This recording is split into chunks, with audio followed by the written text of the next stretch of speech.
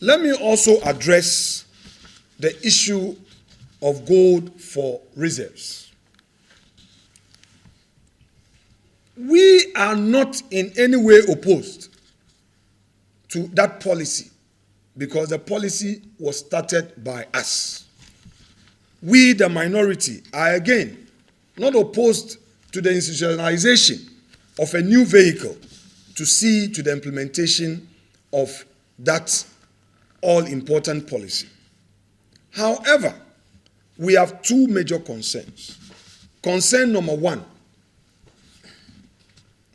the establishment of the GoldBod as a regulator and also an operator is in a way directly encouraging galamsey activities. Our water bodies are being polluted. In fact, organized labor last year sounded an alarm and indicated that the galamsey activities have worsened. This government has failed to provide tangible evidence of its commitment in the fight against galamsey. It is clear that they are always involved in a PR gimmick, looking at the optics rather than the substance. They are interested in short-term gains, and today we don't know whether the GoldBod makes a distinction between regularly mined gold or an illicit gold. All we know is that they are talking about their success story, the amount of gold or the tons of gold they have purchased. Yet they fail to tell us whether or not there are measures to fight against illicit gold that are mined through galamsey activities. We are concerned because the future of this country is at stake. And the earlier this government took steps to protect the future of Ghana, the better. Second, we are also concerned about the IMF reported $240 million as of September 2025.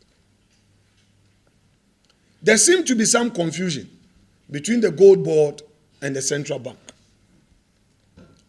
But we want to tell the central bank, participating in the activities, being part of the feast, and when there are issues, you run away and you want to put the blame squarely at the feet of GoldBod will not wash.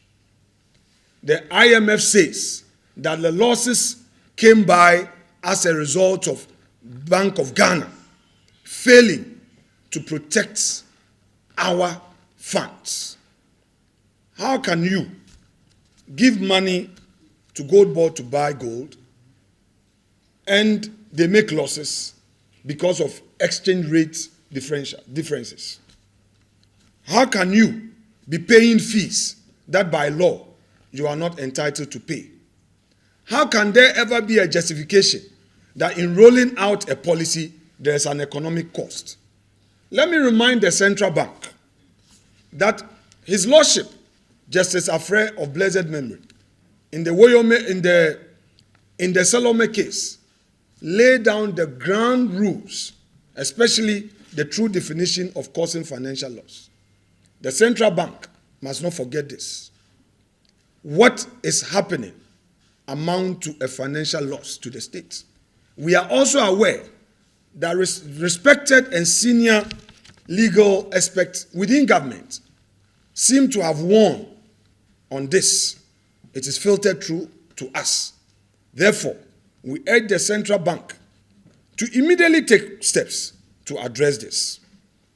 Though we've become aware that there was a joint board meeting between central bank and the GoldBod as a result of the concerns raised by the minority, of which there was a conclusion that artisanal mining model should now go for 9.75 for bullion and 9.55 for unprocessed gold, which is a reduction from the previous 15%. Much as this is commendable, we still think that there are still losses that would have to be considered.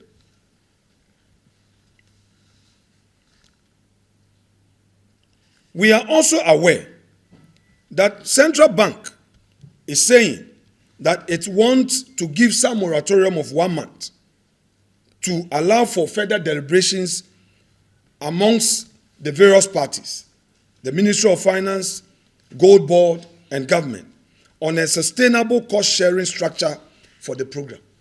So indeed, if the minority was merely blowing hot air, why have they now decided through joint board meeting to take steps to ensure a sustainable cost structure? We are concerned about these losses. We believe that if indeed we are going to have a gold for oil reserves, the government must take steps to sustain it by ensuring that there is real profits. The approach they have adopted will not help the country. We need money to build roads, to construct hospitals, to build schools, to create jobs. And if the central bank is going to underwrite some of these artificial losses and turn around to tell us that it's an economic cost, we regret to say that the minority will not accept this. We are open to discussions on this matter, and just as we always do, we'll put forward our views. We also want to say that we filed a motion in Parliament. We have become aware that the Speaker has admitted the motion, which would allow for broader engagement and consultation on this matter.